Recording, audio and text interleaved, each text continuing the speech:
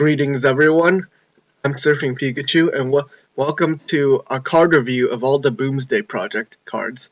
So, Boomsday Project has announced a new keyword, magnetic, which means a minion, a mech usually, or a mech all the time, can be applied as a buff or played just as a minion, but it's only a buff on mechs. So like this War Gear would be a 5 mana +5/+5 on a mech if you place it to the left of the minion. So first off, we're going to review all the druid cards in this video. So first up, Biology Project. 1 mana, each player gains 2 mana crystals. So project cards have a symmetrical effect, so both players will get the benefit. But for this one, it's pretty strong. It's like an innervate, except it costs 1 mana and the mana crystals are permanent. So it's really easy to ramp up. Like, let's say you get 2 of these and no, you get 1 of these in Wild Growth. You just ramped up 3 in 1 turn, but your opponent also ramped up 2. But like Druid has more ways of taking advantage of ramping up, and your opponent probably mulliganed for the early game. So this is a really strong card. I'd say it's probably going to see play. Next up is Landscaping. 3 mana, summon 2/2/2 treants. So it's a 3 mana summon 2/2/2s. That's pretty strong actually.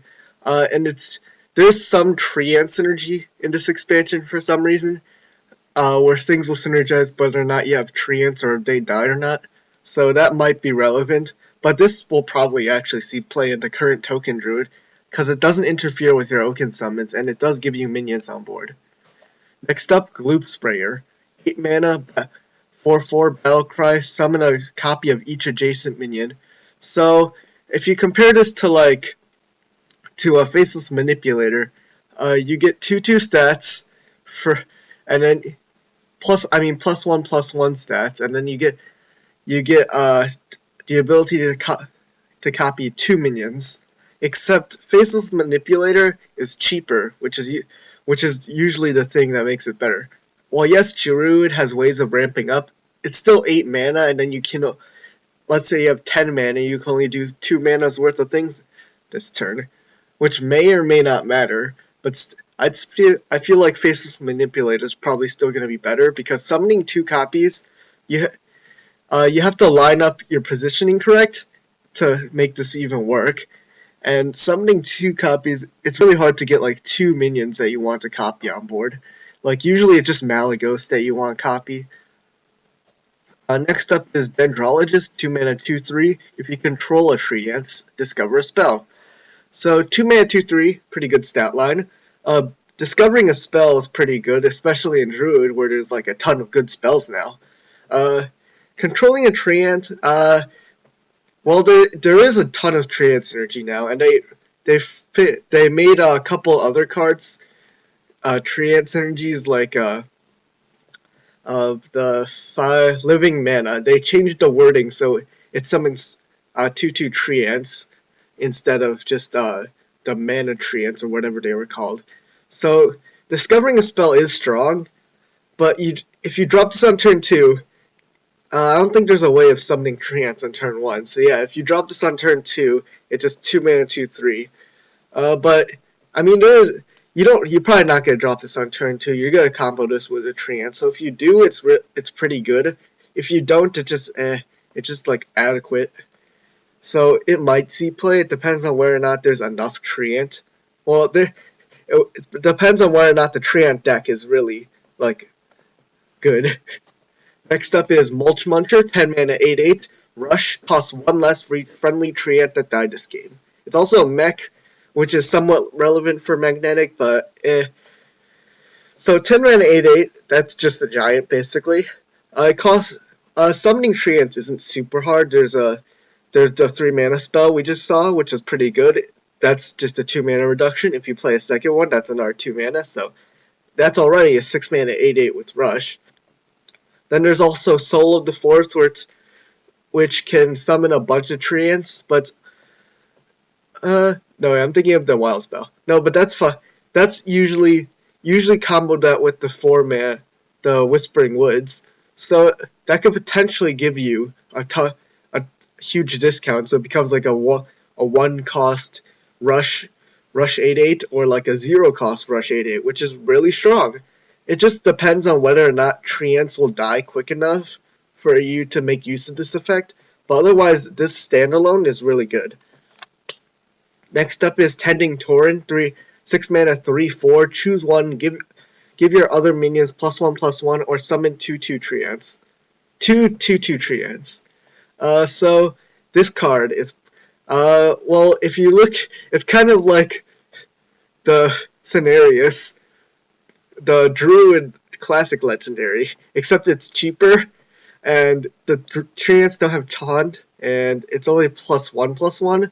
But otherwise, since it's cheaper, you can usually combo it out with a lot more other stuff.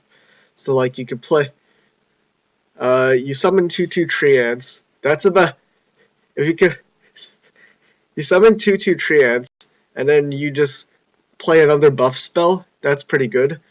So if you compare like the effects and then the cost, so summoning 2/2 treants is worth 3 mana. A 3/4 body is worth 3 mana. That's a fair cost-ish for this effect. But giving your other minions +1/+1 isn't that strong on a minion, especially not a 6 mana minion. So this will probably actually see some play, like experimentation. So I don't know if it'll actually be like, it'll probably be experimented with in token druid decks, but it might not be like there for once decks are more optimized, it might be cut. So I don't know. It's good enough to see play. Next up, Juicy Psych Melon, 4 mana, draw a 7, 8, 9, and 10 cost minion from your deck. So people say this card is insane. I can sort of see that because you can tutor a 7, 8, and 9, 7, 8, 9, and 10, which is really strong, especially in Wild, where it's Azalina, Togwaggle, Aviana, and Nankoon. You just draw all of those. But as the game goes along, you're gonna keep drawing those minions, so this becomes progressively worse, even though it still tutors. So in Standard, 9 cost of Hadronox, I guess, 8 cost Lich King, 10 cost, I don't know.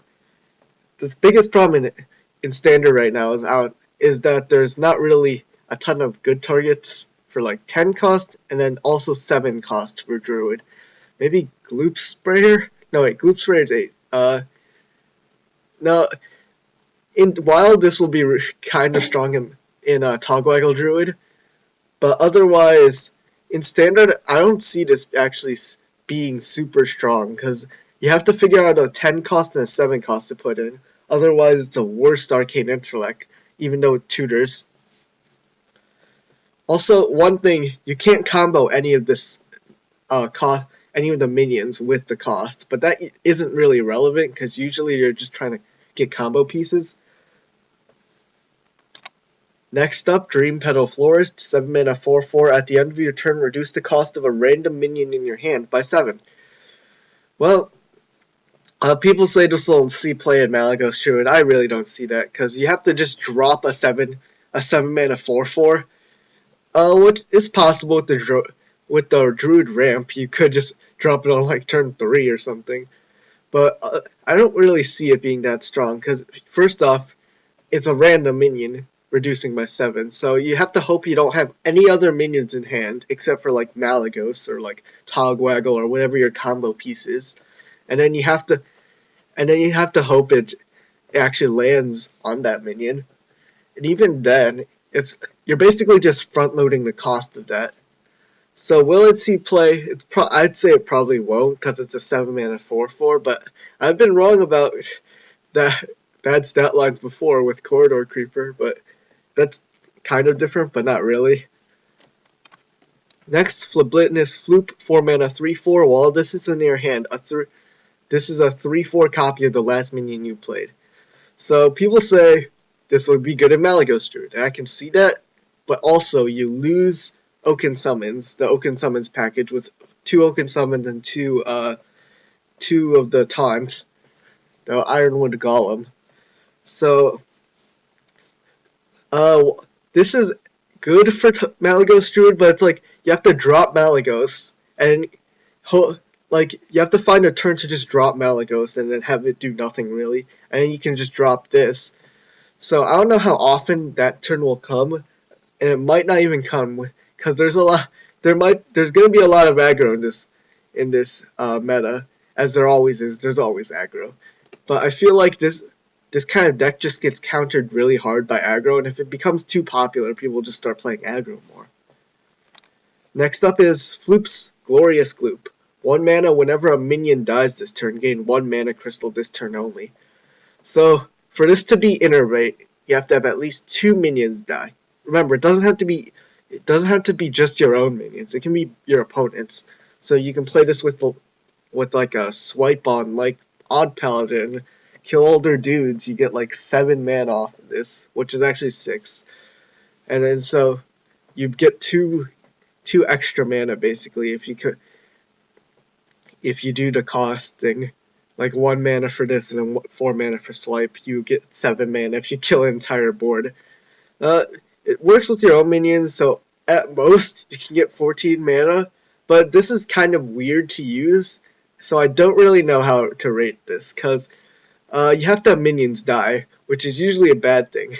So, but then you can just play more minions from your hand, but then you kind of run into issue where you're running out of cards. So it might be like Innervate, like old Innervate where it's really good and you'll see play, but I don't think it'll be that good. I think it might be like new Innervate most of the time where you just kill 1 minion, well 2 minions, at least 2 minions, and you just get 1 more mana, so I don't think it's that strong. And that's it for all the druid cards. Next part will be Hunter, and then after that I'll do all of them. So thank you for watching.